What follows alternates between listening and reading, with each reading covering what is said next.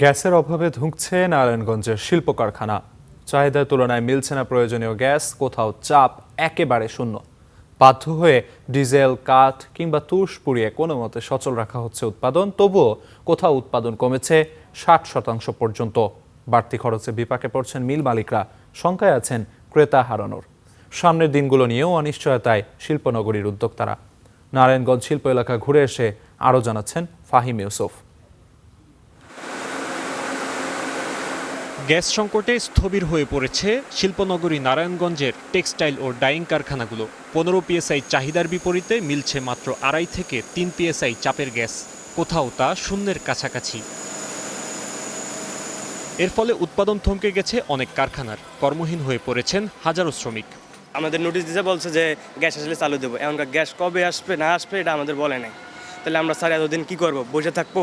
জানি না কবে খুলবে না খুলবে, আমরা তো এখন ওরা সিদ্ধান্ত নিব। তো এখন আমরা এইভাবে কিভাবে চাকরি করতাম, এই টাকা যদি না দেয় মানুষের পেট কিভাবে বাঁচবো? গ্যাসের চাপ না থাকলেও বিকল্প ব্যবস্থা করছে কোনো কোনো কারখানা।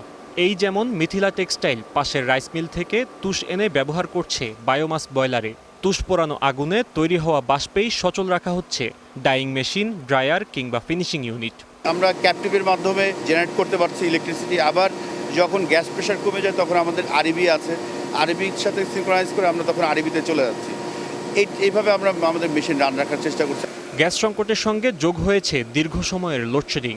দুয়ে মিলে উৎপাদন কমেছে ব্যাপক হারে, যার ফলাফল হিসেবে গত 1 মাসে রপ্তানি আয় কমেছে প্রায় 40%। এমনটাই জানাচ্ছেন কারখানা সংশ্লিষ্টরা।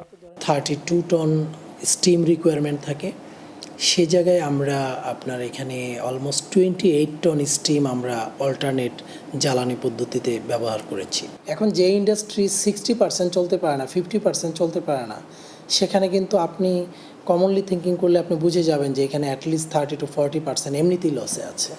সময়মতো পণ্য সরবরাহ ধরে রাখতে বাধ্য হয়ে কার্যাদেশের পরিমাণ কমিয়ে দিচ্ছে অনেক উদ্যোক্তা। নির্ধারিত সময়ে চালান না পৌঁছানোর শঙ্কায় প্রতিযোগী দেশগুলোর দিকেও ঝুঁকছেন অনেক বিদেশি ক্রেতা। যেখানে আগে আমরা কোয়ান্টিটির জন্য দৌড়ঝাঁপ করতাম, সেই জায়গায় এখন আমরা কোয়ান্টিটি লেস করে আমরা তাদের কমিটমেন্ট রক্ষার জন্য মোটামুটিভাবে যেন ফ্লোরটাকে চালায় রাখা যায় সেভাবে আমরা চেষ্টা করছি। যে জ্বালানির কারণে আপনারা দেখতে পাচ্ছেন যে আমাদের অলমোস্ট গার্মেন্টস প্রায় 400 বন্ধ হয়ে গেছে, টেক্সটাইল প্রায় 900 টেক্সটাইল অলরেডি বন্ধ। মিথিলা টেক্সটাইলের মতো বিকল্প হিসেবে অনেকেই ডিজেল, এলপিজি ও কাঠ পুড়িয়ে কারখানা সাময়িক সচল রাখার চেষ্টা করছে। এর ফলে তৈরি হওয়া বাড়তি খরচে লোকসানের মুখে পড়ছেন উদ্যোক্তারা। চলমান সংকটের দ্রুত সমাধান চেয়েছেন তারা। Fahim Yusuf, star news, Dhaka.